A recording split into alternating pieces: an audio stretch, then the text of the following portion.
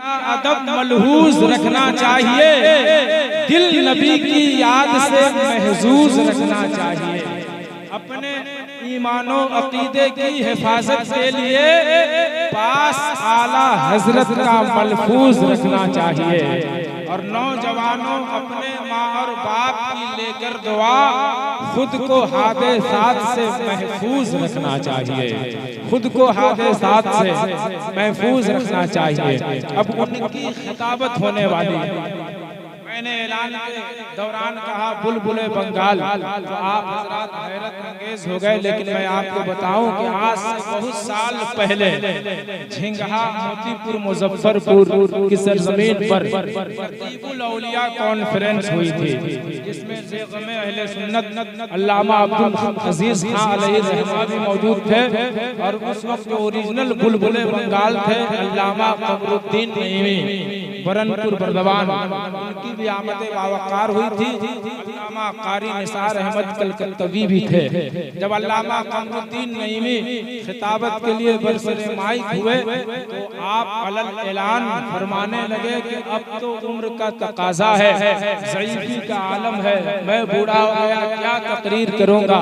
अगर मेरे बाद असल में किसी को बुलबुले बंगाल होने का हक हासिल है तो हजरत कारी निसार अहमद कलकत्तवी की आमद बावकार हुई है। हम और आप अपनी किस्मत पे जितना राज करे फख्र करे कम है।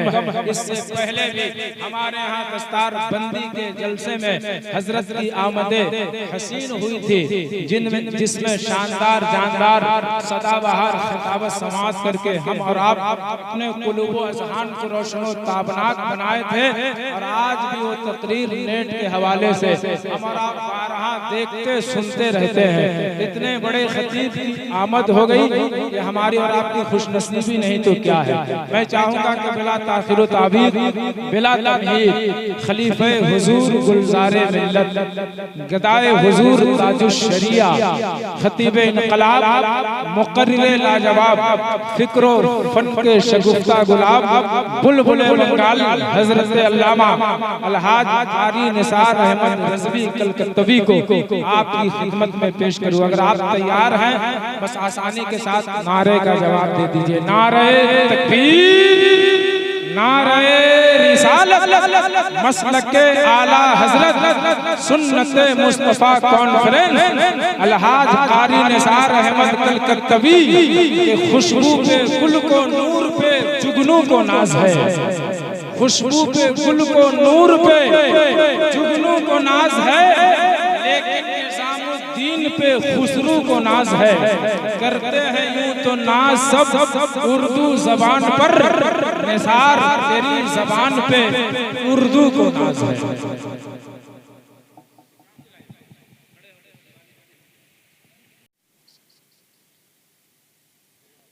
अस्सलामु अलैकुम व रहमतुल्लाहि तआला व बरकातुहू। अल्हम्दुलिल्लाह। हमारे चैनल से जुड़ने के लिए YouTube पर हमजा नेटवर्क को सब्सक्राइब करें।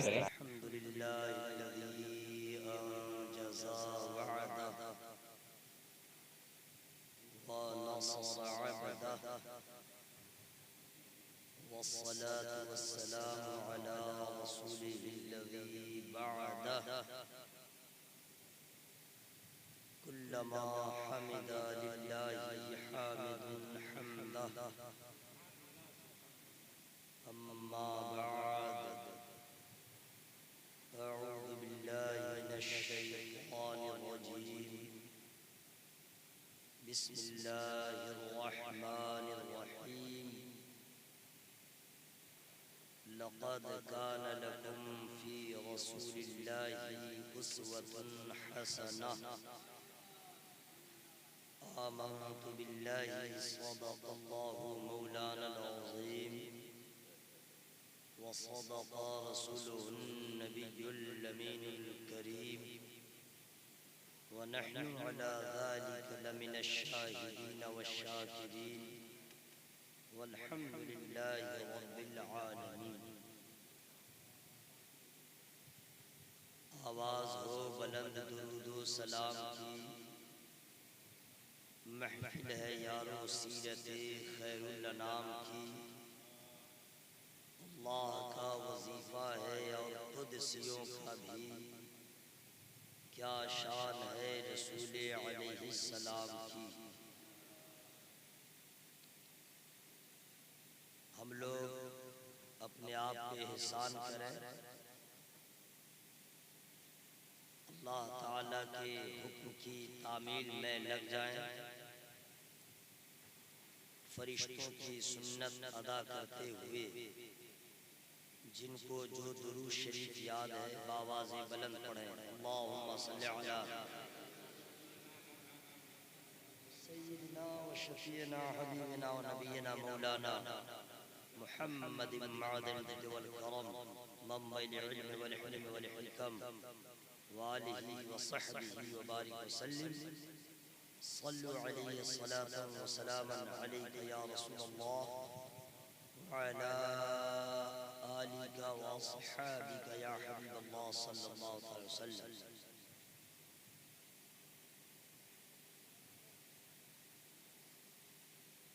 जनाबे सिराज भाई ने अक़ीदत व मोहब्बत में सरशार होकर इस बज़्म नूर के सजाने का अज़्म मुसम्मम किया। फिर इसमें शहंशाह तरन्नुम हज़रत अल्लामा अलहाज दिलकश राजवी साहब की शिरकत को यकीनी बनाया। उनके तुफ़ैल उन्होंने मुझे भी याद कर लिया। सनाख़ाने रसूल हज़रत कारी अख्तर ज़िया साहब को भी उन्होंने बुलाया और अपने गांव के सनाख़ाने रसूल को भी मदऊ किया। सबसे बढ़िया काम ये किया, उन्होंने काबिल अब पढ़े लिखे नाज़िम बज़्म का चॉइस किया। उसके बाद इन लोगों की आमद की खुशी में और सवाब की नीयत से बज़्म नूर में आपने शिरकत को ज़रूरी समझा। जब सब इकट्ठे हो गए तो फिर बज़्म नूर के सजाने का मकसद हल हो गया।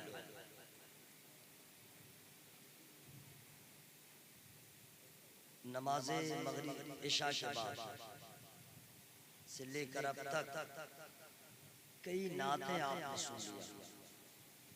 कारी अख्तर ज़िया साहब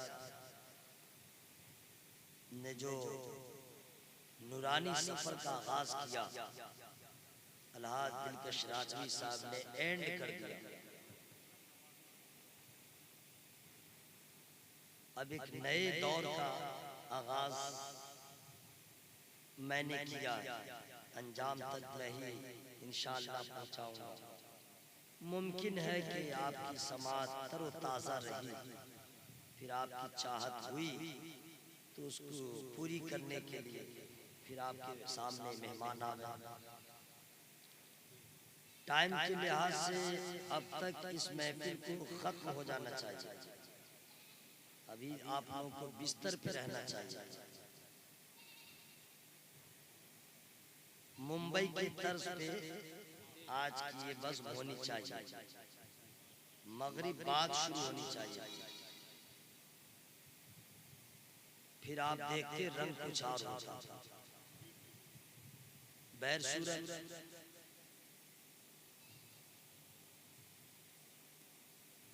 मैं अपने गुफ्तगू का आगाज कर रहा हूँ और आप क्या सुनना चाहते हैं शायद मैं आपके चाहतों की तकमील करूं। चूंकि YouTube का जो सिलसिला आजकल शुरू है, उसमें सिर्फ आप ही लोग तकरीर नहीं सुनते हैं, पढ़े लिखे लोग भी सुनते हैं और अगलोल बगलोल तो सुनने को तैयार ही नहीं रहते। उनको गाना सुनने से फुर्सती का। और अभी आप जिस तरीके से सुनेंगे तन्हाई में सुनने का अंदाज दिगर रहता है। बस यूं समझिए कि मैं पूरी दुनिया वालों के सामने गुफ्तगू कर रहा हूँ, तब गुफ्तगू का रंग अलग हो जाएगा। और अगर ये सब आपका सिस्टम नहीं रहता तो फिर मैं अपने आप में रहता। अल्लाह तबारक व तआला ने इंसानों की रहनुमाई के लिए अंबिया व मुरसलीन को पैदा फरमाया, समझाने के लिए, बताने के लिए। और पूरी दुनिया में 18,000 मखलूकात हैं। 18,000 मखलूकात में सबसे बेहतर, सबसे हसीन, जमील, खूबसूरत मखलूक हजरत इंसान है। तमाम इंसानों में जो सबसे लाजवाब जमात है, हर एंगल से, हर जाविये से, वो जमात अंबियाए किराम। अंबिया व मुरसलीन का ये हाल है, जितने भी पैगंबर हैं बहुत खूबसूरत,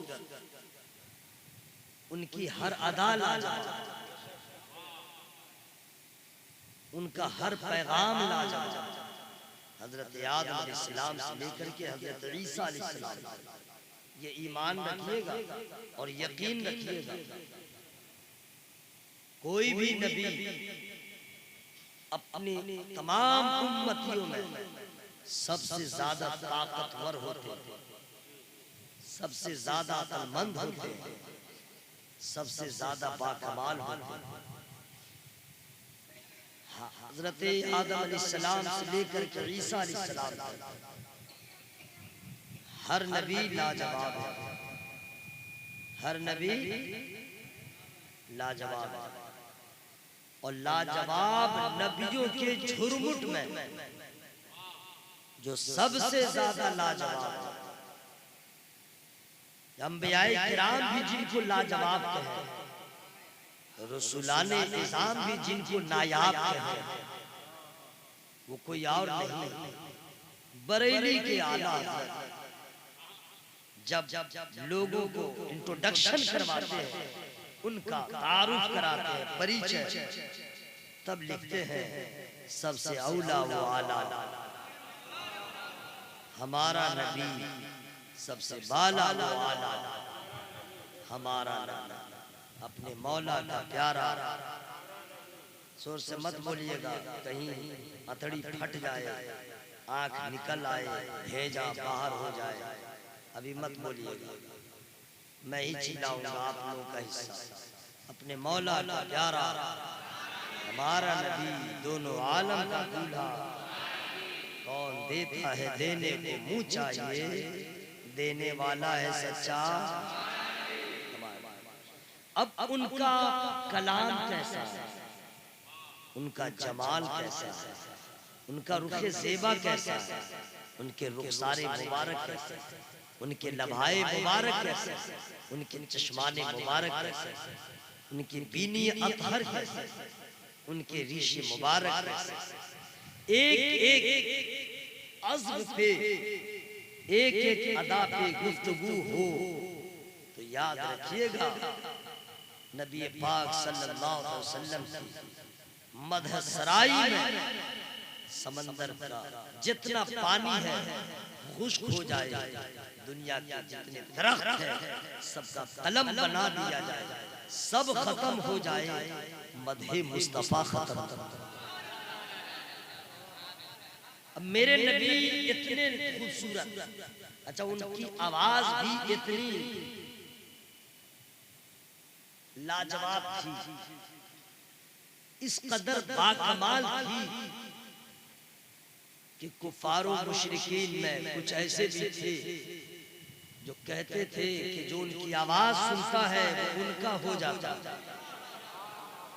जो उनको देखता है वो उनका हो जाता, जो सुनता है उनका हो जाता। और यही वजह है कि बुढ़िया बुढ़िया ज़ईफा मक्का छोड़ने पे मजबूर हो गई। मशहूर है, गेठरी इतनी भारी बना लिया, उठाए न उठे। गुजर हो रहा था मेरे सरकार का, देखा कि ज़ईफा बहुत परेशान है। हसब क्या है, नसब क्या है, खानदान क्या है, कबीला क्या है, बिरादरी क्या है, कुछ नहीं, सिर्फ देखा कि ज़ईफा है। करीब गए, कहा क्या बात है, कहा उठ नहीं रही है गेठरी, कहा तुम परेशान ना हो, गरीबों का माँ बाप तो मैं हूँ, बेकसों का कष्ट तो मैं हूँ, ज़ईफों के काम आने वाला तो मैं हूँ, लाओ तुम्हारी गेठरी मैं उठा दे रहा हूँ। तो सरकार ने उठा के बुढ़िया के सर पे नहीं रखा, अपने ऊपर रख लिया और फिर फरमाते हैं चलो किधर चलना, चलो किधर चलना। ज़ईफा गुजरती रही, सरकार उसके बोझ को उठा करके सफर कर। आज कोई बेटा अपने बाप के बोझ को नहीं उठाता, इल्ला माशाअल्लाह, भाई भाई के बोझ को नहीं उठाता, पड़ोसी पड़ोसी के बोझ को क्या उठाए। मेरे नबी तो ये नहीं देखते कि कौन है, बस देखते हैं कोई परेशान है उसकी परेशानी दूर हो जाए। सरकार ने उठा लिया, सफर हो रहा था, दरमियान में गुफ्तगू का सिलसिला शुरू हुआ। मेरे सरकार ने पूछा ज़ईफा कहाँ जा रही है, कहाँ का इरादा है, मक्का क्यों छोड़ रही है। ज़ईफा ने कहा ये तो मैं बताती नहीं, लेकिन तुम बहुत अच्छे लग रहे, बहुत अच्छे लग रहे, और तुमसे जो तुम्हारी आवाज है बड़ी प्यारी आवाज है, मुझे कहने पे माफी ज़मीर को तुम्हारी आवाज ने मजबूर कर दिया। मैं बताती हूँ, देखो कहना तो नहीं चाहिए, लेकिन तुमने कहा है तो मैं कह दे रही हूँ, और तुम भी गौर से सुनो। मक्का में खानदानी बनु हाशिम में एक बच्चा पैदा हुआ, अब्दुल्ला का बेटा, अब्दुल मुत्तलिब का पोता, अबू तालिब का भतीजा। और फिर बहुत दिनों के बाद ये ऐलान कर दिया कि मैं अल्लाह का नबी हूँ। हाँ, तमाम लातो हुबल जितने भी बुत थे, जितनी मूर्ति थी जिसको हम लोग माबूद बनाए हुए थे, सबका एंटी हो गया, सबका मुखालिफ हो गया और कहा ये सब कुछ नहीं है, एक खुदा है जिसने पैदा किया है, उसी को मानो, उसी की इबादत करो, उसी से मदद तलब करो। और यही सबसे कहता रहता है कि तुम लोग भी कहो ला इलाहा इल्लल्लाह मुहम्मदुर रसूलुल्लाह सल्लल्लाहु अलैहि वसल्लम। वो ये कहते हैं कि तुम लोग यही कहो इय्याका नअबुदु व इय्याका नस्तईन। देखो हमारे माबूद को उन्होंने झुठला दिया है, तो मैंने क्या किया, अब जो उनके पास जाए उन्हीं का हो जाए, जो उनको देखे उन्हीं का हो जाए, जो उनको सुने उन्हीं का हो जाए।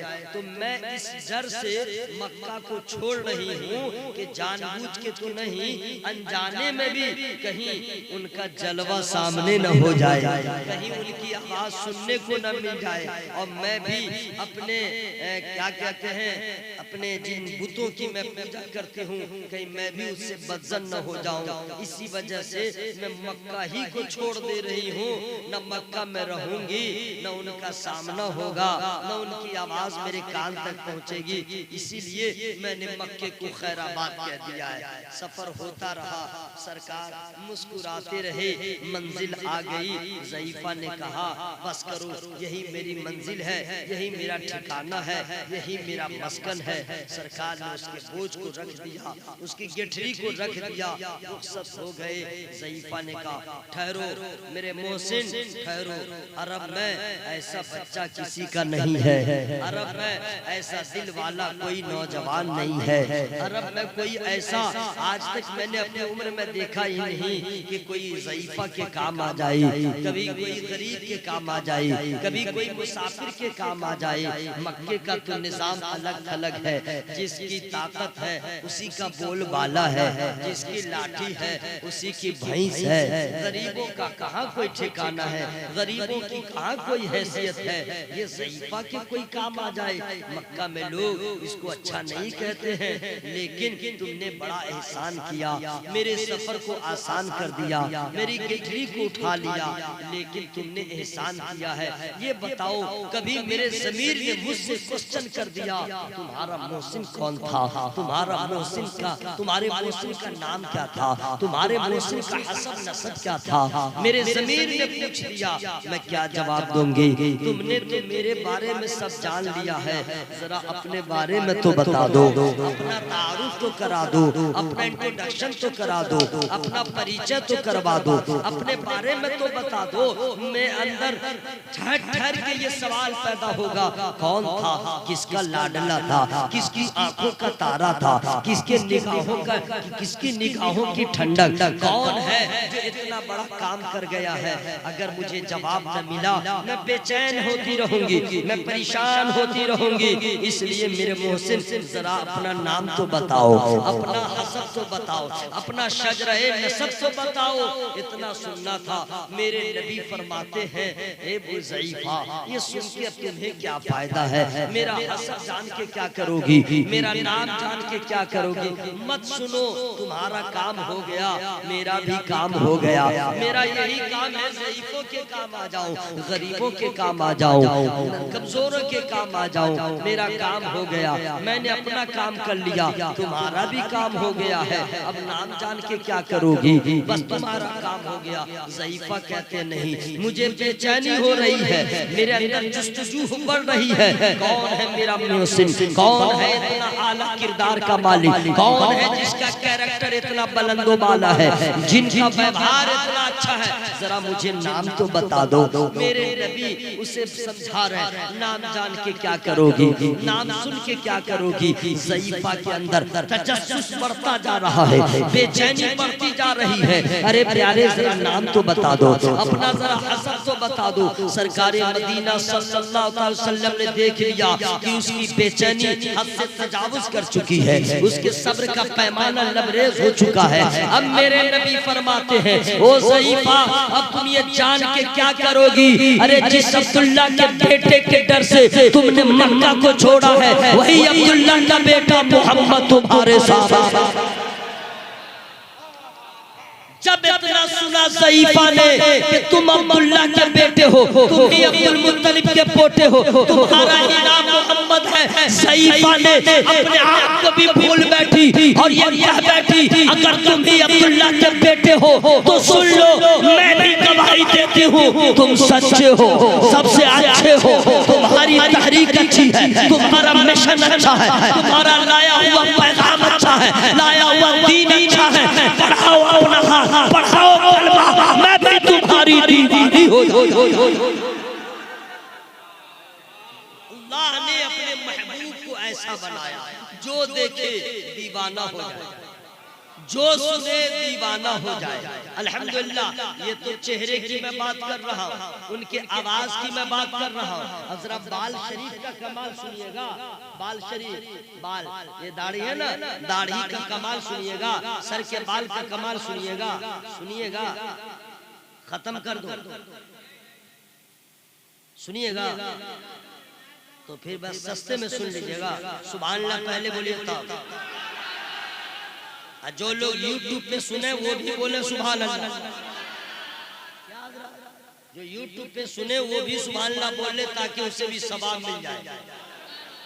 हजरत खालिद बिन वलीद का नाम आप लोगों ने सुना है, जिस जंग में चले जाते फतह याब होकर लौट, जिस जंग में जाते लौट के आते फतह का झंडा लहरा के आते। एक जंग में शायद के गालिबन यरमूक के जंग में वो शामिल थे, और वो लड़ाई छोड़ करके लड़ाई के वक्त में अब कुछ ढूंढने लगे, तीरों की बरसात हो रही है, जंग शबाब से है, उनकी नदियां बह रही है, ये लड़ाई छोड़कर कुछ ढूंढने लगे। लोगों ने कहा अरे खालिद ये क्या कर रहे हैं आप, यहाँ लड़ाई हो रही है, मार का सर करने के लिए आप आए, ये क्या ढूंढ रहे हैं?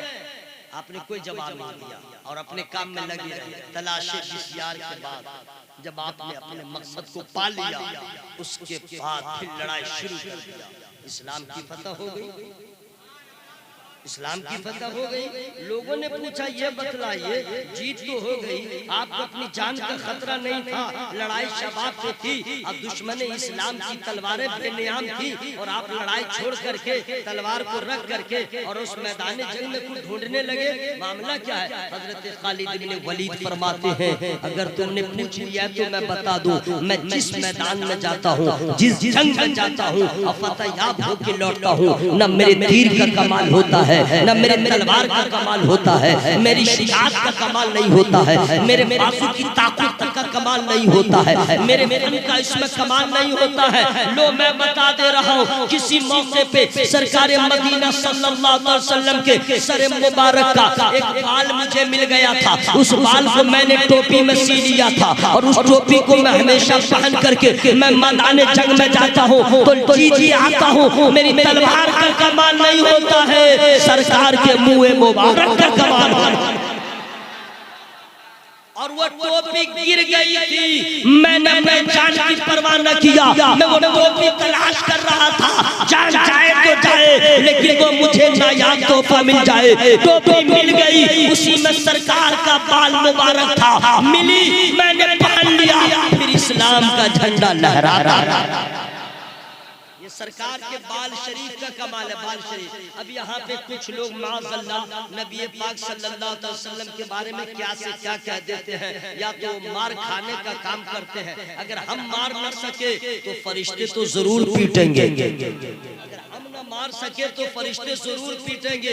जो नबी पाक के बारे में न जाने क्या क्या बोल जाते हैं। हम लोग की हैसियत क्या है आप लोग को मालूम है, हम सैलून में जाते हैं, नाई के पास जाते हैं, बाल कटा लेते हैं, हमारे बाल का हाल क्या होता है मालूम है ना? कटे हुए बाल का वो क्या करते हैं, नाली में डाल देते हैं, नाला में डाल देते हैं, सड़क के किनारे फेंक देते हैं। अब उस पे मक्खी भी बैठे, उस पे मच्छर भी बैठे, उस पे कुत्ता भी चले, उस पे आदमी भी चले, उस पे जानवर भी चले। ये हम लोग के बालों का हाल होता है, चाहे अल्लामा साहब हो चाहे फहामा साहब हो, हम लोग का बाल कहाँ गया नहीं मालूम, किसका पाँव पड़ा नहीं मालूम, ये हम लोग का बाल है। लेकिन आमना के लाल अब्दुल्ला के लफ्ते जिगर, नबियों के नबी, सुल्तानुल अंबिया, ताजदारे अंबिया, फखरे अंबिया, अर्श का मेहमान, साहिबे कुरान, अहमद मुज्तबा, मोहम्मद मुस्तफा सल्लल्लाहु अलैहि वसल्लम के दाढ़ी शरीफ के एक बाल का हाल सुन लीजिए, ईमान ताजा हो जाएगा। हजरत सैयदना अबू बकर सिद्दीक रज़ियल्लाहु ताला इरशाद फरमाते हैं, मुझे सरकार मदीना सल्लल्लाहु अलैहि वसल्लम के दाढ़ी शरीफ का एक बाल मुझे मिल गया। अल्लाह अल्लाह हजरात, हम लोग के बाल का ये हाल है कि जब तक सर में लगा हुआ है तो बाल जिंदा है, अगर सर से उतर गया यानी टूट गया अब वो बाल मुर्दा हो गया, अब वो बाल बढ़ेगा नहीं, लेकिन सर में जब तक लगा रहेगा वो बाल बढ़ता रहेगा, जिसमें जब तक लगा रहेगा वो बढ़ता रहेगा। सर से अलग हो गया बाल मुर्दा हो गया, अब वो बाल बढ़ेगा नहीं। लेकिन कुर्बान जाइए, अल्लाह ने महबूब को कितना नायाब बनाया है, कितना बेनजीर बनाया है। सबका बाल सर से लगा रहे तो बढ़े, जिंदा रहे, सर से अलग हो जाए वो मुर्दा हो जाए। अब मेरे नबी के बाल शरीफ का कमाल ये है, जब तक सर से लगा है तो भी जिंदा है, अलग हो गया है तो भी जिंदा है। अब आपको नहीं मालूम है, अल्लाह करे वो कभी जियारत का मौका मिल जाए तो आपको समझ में आ जाएगा। सरकार मदीना सल्लल्लाहु अलैहि वसल्लम का बाल शरीफ, दाढ़ी शरीफ का हो आज तक कायम है, आज तक कायम है। कहीं कहीं किसी किसी मकामात पे सरकार के मुँह मुबारक की जियारत कराई जाती है, शीशी में बंद है, एक ही बाल शरीफ क्यों न हो शीशी में बंद है, लेकिन जैसे सर से लगा था बढ़ रहा था वैसे आज भी बढ़ता हुआ नजर।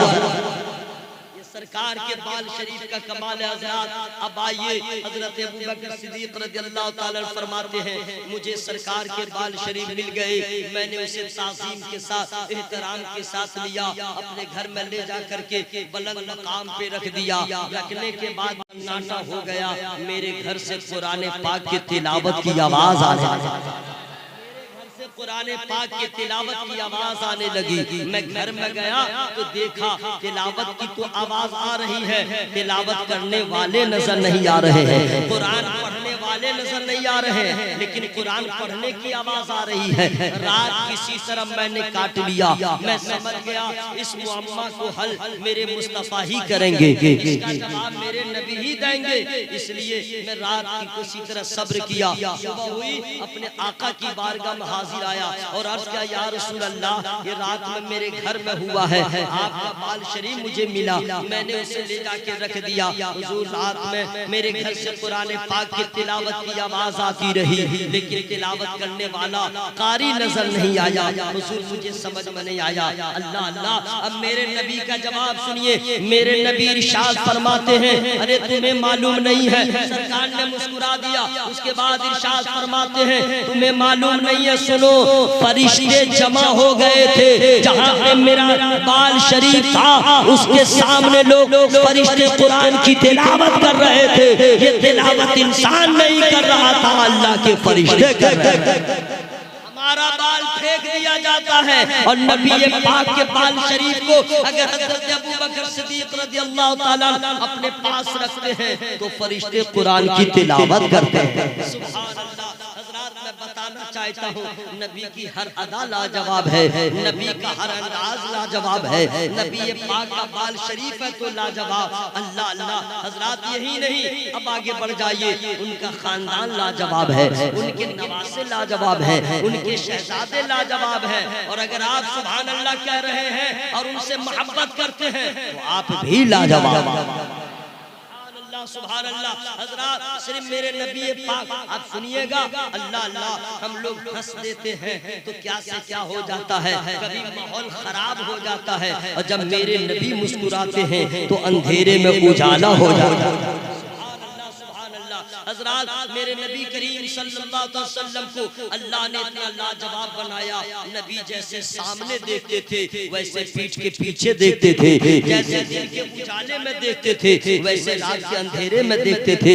मेरे नबी को अल्लाह ने इतना इल्म से नवाजा था, जो हो चुका है नबी वो भी जानते हैं, जो हो रहा है नबी वो भी जानते हैं, जो होने वाला है नबी वो भी जानते हैं। हदीस पाक में आया, सरकार को अल्लाह ने इतना नवाजा है, कौन जन्नती है मुस्तफा जानते हैं, कौन जहन्नमी है मुस्तफा जानते हैं, उसका नाम क्या है मुस्तफा जानते हैं, उसके बाप का नाम क्या है नबी जानते हैं, उसका कबीला क्या है, उसका खानदान क्या है, उसकी बिरादरी क्या है, नबी सब जानते हैं। मैं बताना चाहता हूँ, अल्लाह ने महबूब को कितना बेनजीर बनाया है, अल्लाह ने महबूब को कितना लाजवाब बनाया है।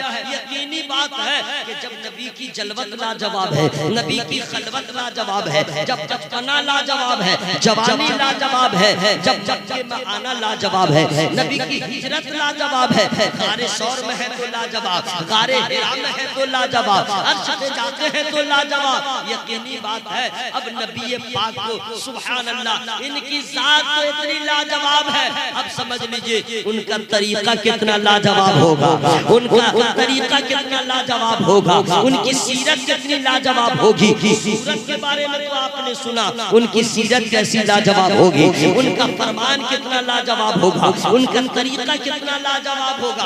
अब उनके तरीके के बारे में मैं बता दूं, सुभान अल्लाह सुभान अल्लाह, उनका तरीका ऐसा है, आज साइंस उस पर रिसर्च कर रही है, आज मेडिकल के लोग उस पर रिसर्च करते हैं तो कहते हैं, नतीजे पे पहुंचने के बाद कहते हैं ये बड़ा अच्छा तरीका है। क्या तरीका है? अगर मिसवाक पे अगर साइंटिस्ट अगर इस पे रिसर्च करे तो कहते हैं कि इसमें बड़ा फायदा है। ये आज नतीजे पे पहुंच रहे हैं। नबी पाक ने 1450 साल पहले बताया, मिसवाक किया करो, मसूड़े मजबूत रहेंगे, मिसवाक किया करो, कुव्वत हाफिजा में इजाफा होगा, मिसवाक किया करो, दांत की बीमारियों से बचोगे, मिसवाक किया करो, दांत मजबूत होगा, मिसवाक किया करो, मुंह में बदबू नहीं होगी। मेरे नबी का तरीका तरीका ऐसा है आज पूरी दुनिया में जानने को और मानने को तैयार है। नबी का तरीका कैसा है? नबी फरमाते हैं खाने से पहले दोनों हाथों को धो लिया करो, दोनों हाथों को धो लिया करो। हमारे धोने का अंदाज क्या है? अक्सर लोग एक हाथ धो लिया करते हैं, रस्म की अदायगी करते हैं, लेकिन नबी फरमाते नहीं, खाने से पहले दोनों हाथों को धो लिया करो। सुभान अल्लाह सुभान अल्लाह। लेकिन पोछा न करो, दोनों हाथों को धो लो। ये कब फरमाया? 1450 साल पहले फरमाया। दुनिया वालों को समझ में नहीं आ रहा था नबी का तरीका कितना अच्छा है, नबी का तरीका कितना अच्छा है, लोगों को समझ में नहीं आ रहा था। लेकिन वाह रे वाह, ये कैसी बीमारी आ गई, ये कैसी बीमारी आ गई, कोविड-19 कैसी बीमारी आ गई। अब पूरी दुनिया वाले को समझ में आ गया। अब पूरी दुनिया के लोग कहते हैं घर में जाओ दोनों हाथों को धो लो, कहीं जाओ दोनों हाथों को धो लो, खाने से पहले भी धो लिया करो। अल्लाह अल्लाह, नबी ने तो पहले बता दिया था 1450 साल पहले वजू कर लिया करो, तुम्हारे लिए हथियार होगा। वजू कर लिया करो, सवाब भी मिलेगा, और वजू कर लोगे तुम्हें कोई कोविड-19 का तुम्हें हमला न होगा। तुम वजू कर लोगे, हाथ भी धुल जाएगा, मुंह भी धुल जाएगा, पाँव भी धुल जाएगा, बीमारी से भी बच जाओगे, इबादत भी हो। मेरे नबी का तरीका कैसा है? आज लोग कहते हैं आज वहाँ पहुँच रहे, नबी ने बहुत पहले बता दिया। नबी से बड़ा कोई साइंटिस्ट नहीं, नबी से बड़ा कोई तबीब नहीं, नबी से बड़ा कोई इलाज करने वाला नहीं, नबी से बड़ा कोई हमदर्द नहीं, नबी से बड़ा कोई उम्मत का खैर खा नहीं। नबी ने एक एक तरीका जो बताया है, अल्लाह अल्लाह, नबी फरमाते हैं इशा की नमाज पढ़ करके तुम सो जाया करो, फज्र से पहले उठ जाया करो। आज दुनिया वाले जितने बड़े बड़े पढ़े लिखे लोग हैं, जितने बड़े बड़े साइंटिस्ट हैं, या जितने बड़े बड़े नेता हैं, वो रात भर जागते नहीं हैं, अव्वल वक्त में सो जाते हैं, सुबह में उठ जाते हैं, मॉर्निंग वॉक करते हैं, मॉर्निंग वॉक करते हैं ताकि जिस्म हमारा बेहतर से बेहतर रहे, फिटनेस बरकरार रहे। नबी फरमाते हैं अल्लाह ने रात को सोने के लिए बनाया है, दिन को काम के लिए बनाया है। इशा की नमाज पढ़ के सो जाया करो, फज्र से पहले उठ जाया करो। रिस्क का बंटवारा होता है, वो सुबह शादी का सबसे अच्छा वक्त होता है। तुम नमाज पढ़ के सोए थे, और जब उठोगे फज्र की नमाज पढ़ोगे, इबादत भी हो जाएगी, जिस्म की हिफाजत भी हो जाएगी, इबादत भी हो जाएगी, जिस्म की हिफाजत भी हो जाएगी। नबी का तरीका कितना लाजवाब है। अल्लाह अल्लाह, मेरे नबी फरमाते हैं खाने से पहले हाथ धो लिया करो, बीमारी से बच जाओगे। दुनिया वाले भी मानने पे मजबूर हो गए कि नहीं, खाने से पहले हाथ धो लेना बहुत जरूरी है। जो आज ये कर रहे हैं, नबी ने बहुत पहले फरमा दिया है। मेरे नबी का तरीका इतना लाजवाब है। शादी का तरीका है तो लाजवाब है, ब्याह का तरीका है तो लाजवाब है, लेन देन का तरीका है लाजवाब है। नबी फरमाते हैं तिजारत किया करो, बिजनेस किया करो, लेकिन जायज कामों का, जायज चीजों की तिजारत करना, नाजायज काम नहीं। शराब की तिजारत न करना, जो चीज इस्लाम में हराम है उसकी बिजनेस मत करना, उसकी तिजारत मत करना। हलाल चीजों की तिजारत करना, और उसमें कभी झूठ मत बोलना। अगर झूठ बोलोगे तो तुम्हें लगेगा पैसा बढ़ गया है, लेकिन बरकत खत्म हो जाएगी। नबी ने तरीका बता दिया, कभी झूठ न बोला करो, कभी तुम किसी से वादा खिलाफ न किया करो। तुम समझोगे पैसा बढ़ गया है, लेकिन बरकत खत्म हो जाएगी। नबी फरमाते हैं शादी का जो तरीका मेरे नबी ने बता दिया। आज हमारे यहाँ शादियाँ होती हैं, न जाने कितने ऑल फॉल उसमें लोग काम किया करते हैं। बड़े लोगों की शादियाँ अलग है, मिडिल क्लास वालों की शादियों का तरीका अलग है, गरीबों की शादियों का तरीका अलग है। लेकिन अमीरों ने माहौल खराब किया, मिडिल क्लास दरमियान में औसत दर्जे के जो लोग हैं उसकी बराबरी करने के चक्कर में और बुरा हाल किया। गरीब अब अपने मेंटेनेंस को पूरा करने के लिए जमीन गिरवी कर रहे हैं, जेवर को गिरवी रख रहे हैं, कर्ज पे कर्ज ले रहे हैं। लेकिन मेरे नबी ने जो शादी का तरीका बताया, अल्लाह अल्लाह, आज भी मुसलमान उस तरीके को अपना ले, शादी महंगी नहीं होगी। नबी ने आसान कर दिया, मुसलमानों ने, आपने और हमने शादी को महंगी कर दिया है। बहुत सारे गरीब लोग हैं जो आज आज बेचारे बेटी की पैदाइश पे जरा मगमूम होते हैं, बेटी जवान हो जाती है तो परेशान होते हैं, मैं कहां से ला के दूंगा। लेकिन मेरे दोस्त, मेरे नबी का तरीका तो देखो। मेरे नबी ने अपनी बेटी सैयदा ज़ाहिदा फातिमा ज़हरा रज़ियल्लाहु ताला अन्हा का निकाह किया है। अल्लाह अल्लाह, ना बारात का कोई सिस्टम है, ना खाने का कोई सिस्टम है, ना कोई मुतालबा है, कुछ भी नहीं है। अली निकाह करोगे जी, निकाह करूंगा। हमारे पास क्या है, इसलिए कि लड़का के लिए जरूरी है रहने की जगह, लड़का के लिए जरूरी है और उस लड़की की, उस औरत के तमाम ताम और क़याम का इंतजाम कर सके, उसके बाद ही शादी करे। मकान न हो तो रखेगा कहाँ, शादी नहीं कर सकता है। अगर कमा नहीं रहा है, उसके खर्च को पूरे कैसे करेगा, वो शादी नहीं कर सकता है। मौला अली फरमाते हैं, या रसूल अल्लाह, मेरे पास दौलत नहीं है, मेरे पास कुछ भी नहीं है, हुजूर मैं आपसे क्या बताऊंगा, मैं तो परवरदे मुस्तफा हूँ, मैं तो बचपने से आपके साथ में हूँ, आप तो हर रात से वाकिफ है। सरकार मेरे पास एक तलवार है, मेरे पास एक सिरा है, मेरे पास एक घोड़ा है। नबी फरमाते हैं, घोड़ा मत बेचो, सफर में काम आ जाए, तलवार मत बेचो, दुश्मनों से यलगार में काम आ जाए। तुम अगर सिरा बेच दो तो उससे काम चलाया जा सकता है। शिरनी लाओ, मिठाई लाओ, फिर जरूरियात की चीजें ले आओ, खुशबू भी ले आना। बाजार से गए, उसे बेच दिया, सामान खरीद के ले आए। मेरे नबी मस्जिद नबवी में आ गए, असहाबे रसूल हैं और सैयदा का निकाह मस्जिद नबवी में हो रहा है। शबे ज़ुफाफ के बाद नबी फरमाते हैं, वलीमा का इंतजाम कर दो। अल्लाह अल्लाह, नबी ने इतना आसान कर दिया। ये बारात 200 ले जाते हैं, 500 ले जाते हैं, ये किस हदीस में लिखा हुआ है? कहीं नहीं लिखा है। जबरदस्ती के मेहमान बनते हैं ये बड़े लोग जो पैसे वाले हैं, जिन्होंने यहूद और नसारा के तरीके को अपना लिया है। फ्री स्टाइल खाने का इंतजाम, न जाने क्या क्या इंतजाम होता है। इधर चिकन चिली है, इधर मुर्ग मुसल्लम है, इधर चिकन बिरयानी है, इधर मटन बिरयानी है, तो इधर मिठाई है, इधर आइसक्रीम है। पैसा रहे न रहे, लोग अपने आप को दिखलाने के लिए ऐसा इंतजाम करते हैं। लेकिन मेरे भाइयों, इस्लाम में नहीं है तुम इस तरह खाना खिलाओ, इस्लाम में नहीं है तुम जबरदस्ती ऐसा करो, नहीं। इस्लाम में तो ये है कि शादी को इतना आसान कर दिया है, गरीब भी कर ले, अमीर भी कर ले। मेरे भाइयों, अमीरों ने मेंटेनेंस करने के लिए, दिखावे के लिए, जितना अमीरों के शादियों में खाना बर्बाद होता है, उतना खाने में गरीबों की बेटी की शादी में सारा इंतजाम हो जाए। लोग इस तरह दिखावा कर रहे हैं, लेकिन याद रखना, एक एक दाना का जवाब देना पड़ेगा, एक एक दाना का जवाब देना पड़ेगा।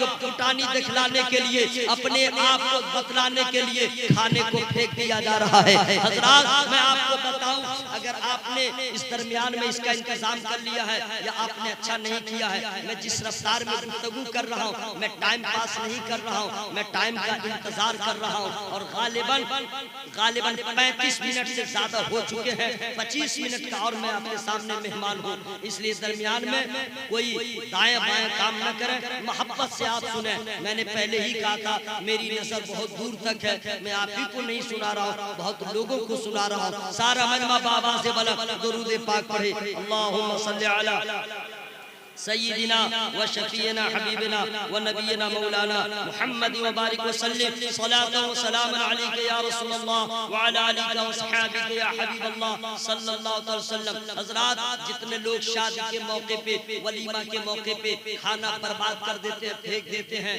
उसको एहसास होना चाहिए। एक रोज मेरे नबी अल्लाह अल्लाह आमना के लाल अपने घर तशरीफ ले गए। उम्मुल मोमिनीन सैयदतुना आयशा रज़ियल्लाहु ताला अन्हा थी।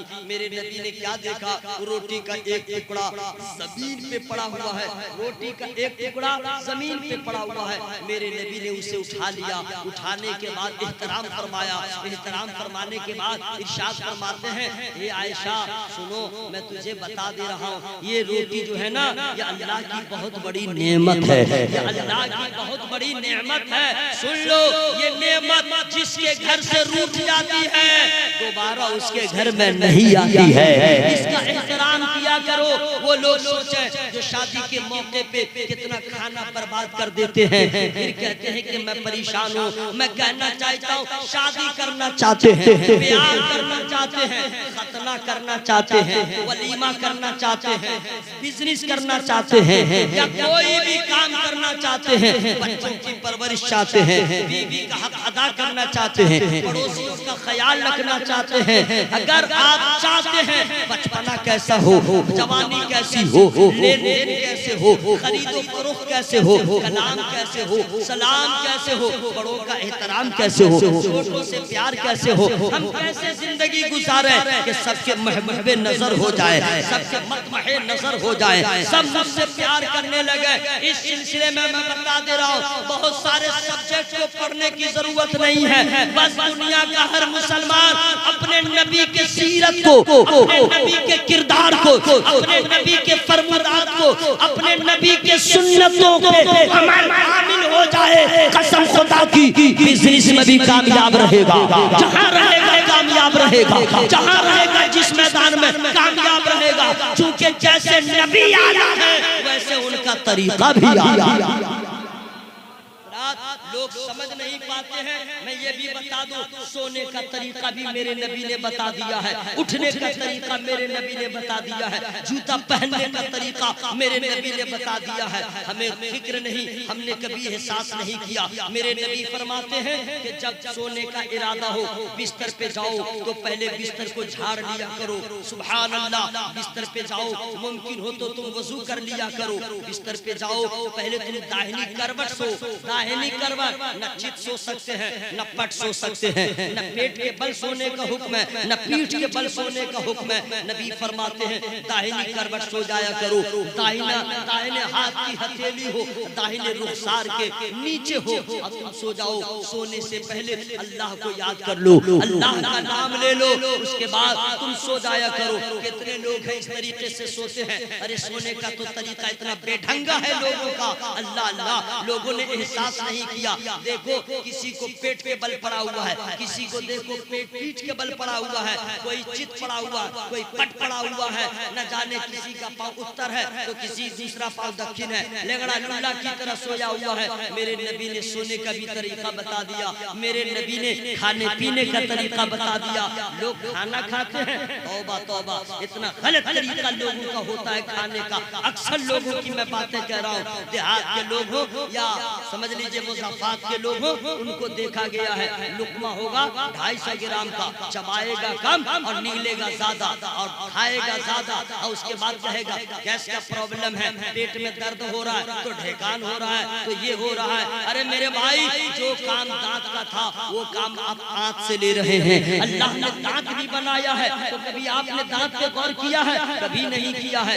32 दांत ही आपने देखा है, लेकिन दांत की बनावट को आपने नहीं देखा है। दांत तो है लेकिन हर दांत का काम अलग अलग है। आपने गौर नहीं किया, हर दांत का काम अलग अलग है। कुछ दांत ऐसे हैं जिसका काम है चबाना, कुछ दांत ऐसे हैं जिसका काम है काटना, कोई दांत ऐसा है जिसका काम है बिल्कुल उसमें सुराख कर देना।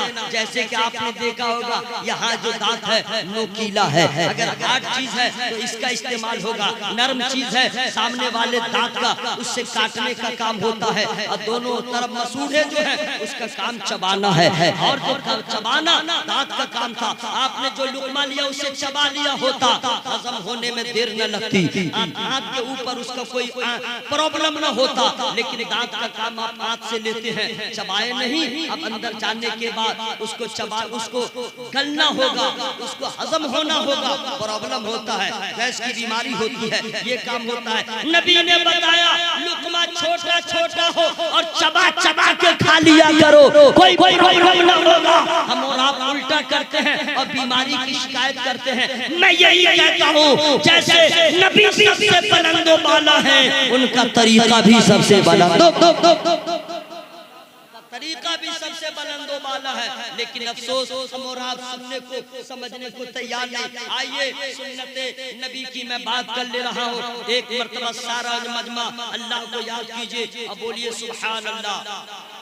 और अकेले में भी अल्लाह का नाम लिए कीजिए, अकेले में भी अल्लाह का नाम लिया कीजिए। हजरात आइए, खतना की मैं बात कर रहा हूँ। खतना करना भी सुन्नत है और उसमें कितना बेनिफिट है और कितना बड़ा फायदा है। वो लोग अब दुनिया वाले भी आँख खुली तब समझ में आ गया ना, खतना कराने में ही भलाई है। क्योंकि जिनका खतना नहीं रहता है, जब वो इस्तिंजा करते हैं तो इस्तिंजा के बाद पेशाब के कुछ कतरे जो हैं उसके अंदर रह जाते हैं, फिर बीमारियां होती हैं। जी हाँ, इसलिए इजाफी जो खाल है उसके अंदर कुछ पेशाब के कतरे रह जाते हैं, उससे बीमारियां होती हैं। अब क्या है, वेस्टर्न जो है जितने भी ममालिक है, मगरबी ममालिक, वहाँ उसका धर्म जो भी हो, लेकिन लोग खतना कराने हैं, करा रहे हैं। क्यों बोलना ना, खतना कराने के बाद ये बीमारी मामला, बीमारी का मसला ही खत्म हो जाएगा। इजाफी जो खाल है, चमड़ा है, वो खत्म हो जाएगा, बहुत सारी बीमारियों से बच जाऊंगा। अब यहाँ पे लोग आ गए, लेकिन जिसको 1400 साल के बाद समझ में आया, नबी ने 1450 साल पहले बता दिया, हमारे घर में बेटा पैदा हो उसका खतना करा दिया करो, हमारे घर में बेटा पैदा हो खतना करा दिया करो। अब हजरात खतना जो कराते हैं तो अब मुसलमानों के यहाँ का तेवर देखिए कितना आला रहता है। जी हाँ, खतना जब होता है तो खून बहता है, जब खतना होता है लहू बहता है, जब खतना होता है तो बच्चा रोता है, बच्चा चीखता है, बच्चा चिल्लाता है। लेकिन अजब मामला होता है, माँ बाप पहले बच्चा को दूल्हा की तरह सजा देते हैं, मोहल्ले में दावतें कर देते हैं, रिश्तेदारों को बुला लेते हैं, अरे भाई इसकी शादी होने वाली है, बोला नहीं खतना होने वाला है। खतना मीन्स यानी इसका खून बहने वाला है, तो खून बहाने के लिए इतने खुशी का इंतजाम, गले में फूल का हार भी है, गजरा भी है, मोहल्ले वाले भी हैं, अपने पराये भी हैं और रिश्तेदार भी हैं। ये क्या मामला है, उन्हीं बहने के लिए इतना इंतजाम। अल्लाह अल्लाह। और यकीनी बात है, जब बच्चे का खून बहता है, बच्चे को करंट की तरह लगता है, चीखता है, लेकिन बच्चा चिल्लाता रहता है, माँ मुस्कुराती रहती है, बाप मुस्कुराता रहता है, मोहल्ले वाले मुस्कुराते रहते हैं। ये कैसे मुसलमान है जनाब, बेटा रो रहा है, माँ मुस्कुरा रही है, बेटा रो रहा है,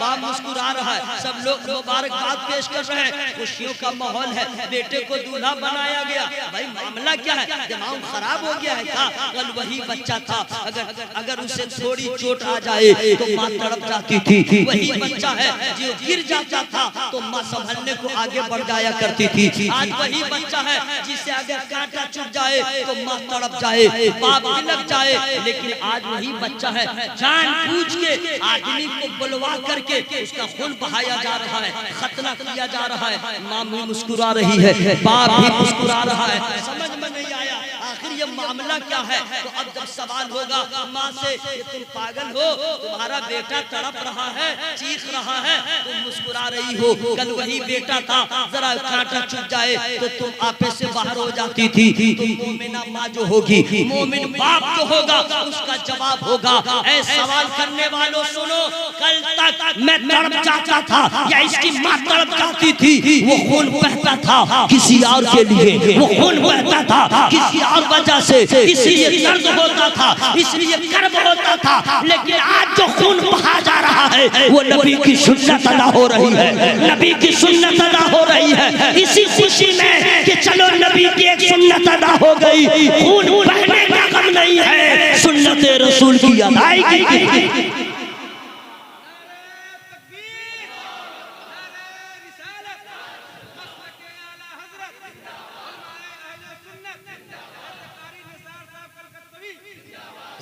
इस्लाम वो प्यारा मजहब है, वो प्यारा मजहब जो पैगाम मोहब्बत का देता है, मोहब्बत का पैगाम। तुम्हारा पड़ोसी गैर मुस्लिम हो, यहूदी हो, नसरानी हो, मजूसी हो, ब्राह्मण हो, राजपूत हो, कोई भी हो, इंसान है, उससे मोहब्बत करो, पड़ोस में है उससे अच्छा सलूक करो। धर्म जो भी हो, ये इस्लाम सिखाता है, मोहब्बत का पैगाम, मोहब्बत का दर्स देता है। इस्लाम से अच्छा कोई मजहब नहीं, जहाँ ऊंच नीच का सारा मसला खत्म हो गया, काले गोरे का मामला खत्म हो गया, अमीर और गरीब का सिलसिला मामला ही खत्म हो गया। ये नहीं कि दुनियादारों की अंजुमन है, अमीर ऊपर रहेगा, गरीब नीचे रहेगा। ये इस्लाम है जो ये कहता है मस्जिद में आ गए हो, खुदा की बारगाह में आ गए हो, लास्ट में आएगा वो पीछे रहेगा, गरीब पहले आएगा वो आगे रहेगा, अमीर हो या गरीब, रंग काला हो या गोरा, ये नहीं देखा जाएगा, तकवा देखा जाएगा, किरदार देखा जाएगा, उसके अंदर खुदा का खौफ देखा जाएगा। इस्लाम से अच्छा कोई मजहब नहीं। अल्लाह अल्लाह, इस्लाम ने तो पैगाम दिया है, धर्म जो भी हो तुम्हारे पड़ोस में रहता है अच्छा सलूक करो। यही वजह है कि इस्लाम का पैगाम है, कोई भी धर्म हो, उसके मानने वाले की इबादतगाह हो, गिरजाघर हो, उसे नुकसान न पहुंचाओ, मंदिर हो उसे नुकसान न पहुंचाओ, गुरुद्वारा हो उसे नुकसान न पहुंचाओ। ये इस्लाम पैगाम देता है, उसका धर्म है उसे मुबारक हो, तुम्हारा धर्म है तुम्हें मुबारक हो। तुम किसी धर्म वाले के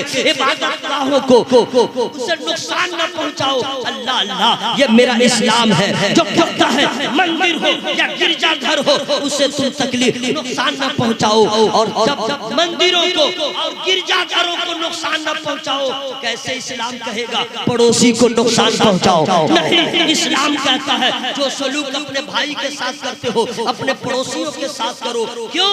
ताकि दुनिया समझ जाए कि इस्लाम का जो पैगंबर है उनका फरमान ऐसा है और नबी का गुलाम ऐसा है, तो मेरे नबी का किरदार कैसा है। मैं कहता हूँ जैसे नबियों में सबसे आला हमारा नबी है, उसी तरह उनका तरीका भी सबसे आला।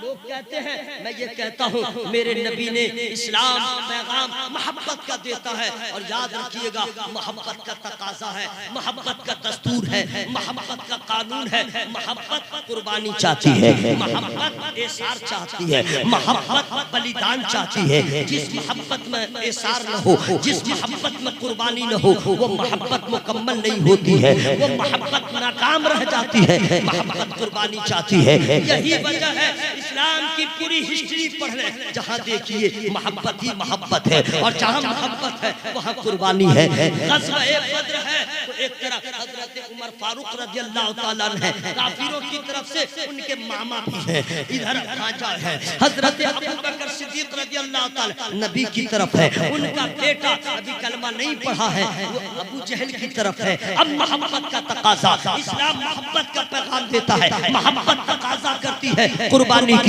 अब मोहब्बत रसूल ने कुर्बानी का मुतालबा किया, नबी पाक के दीवानों ने ये नहीं देखा ये मेरा भांजा है, ये मेरा मामा है, ये मेरा बेटा है, नहीं, रसूल से मोहब्बत करते हैं, सामने बेटा भी आएगा, रिश्तेदारी का ख्याल न होगा, अपने पराये का ख्याल न होगा, यही देखा जाएगा। जो नबी का नहीं वो हमारा, जो नबी का नहीं वो हमारा नहीं, ये है मोहब्बत। हजरात, बेटे का खून बह गया, इस्लाम ने कितना प्यारा तरीका दिया, मेरे नबी का तरीका कितना आला है। अब मान लीजिए मैं चूंकि हजरत मैं बहुत संभल के इसलिए मैं बोल रहा हूँ, क्योंकि मेरा अपना जो अंदाज होता है मैं इसलिए बोल रहा हूँ कि जब लोग यूट्यूब पे डाल देते हैं तो सुनने वाले सुनते हैं, उसके बाद अपना तासुर जो है ठीक नहीं रखते हैं। मैं इसी वजह से मैं इधर से मैं बिल्कुल यकलख्त में बोलते जा रहा हूँ, और मैं बोल रहा हूँ और आप लोग सुभान अल्लाह भी नहीं बोल रहे। कब बोलेंगे मेरे भाई? अल्लाह अल्लाह, क़यामत आने वाली है, हम लोग का कब बुलावा आ जाए कोई ठिकाना नहीं। ना नमाज पढ़ रहे हैं ठीक से, ना कुरान पढ़ते हैं ठीक से, ना इबादत करते हैं ठीक से, बस में नूर में नहीं आते हैं ठीक से, और आ जाते हैं तो सुभान अल्लाह भी नहीं कहते ठीक से। कब ठीक हो जाइएगा? अल्लाह का नाम लिया कीजिए ताकि बिगड़ा काम बन जाए। दिलकश राजवी साहब पढ़ रहे थे, अख्तर ज़िया साहब पढ़ रहे थे, और भी सना खाने रसूल पढ़ रहे थे, तो बहुत आप लोग गदगद हो रहे थे, नहीं समझे?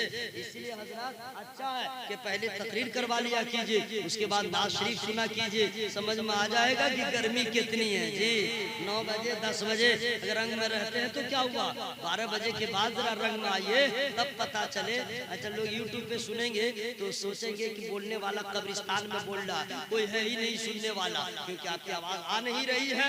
ऐसा लहजा बनाइए ताकि समझ जाए कि बोलने वाला कमजोर है, सुनने वाले बड़े ताकतवर हैं।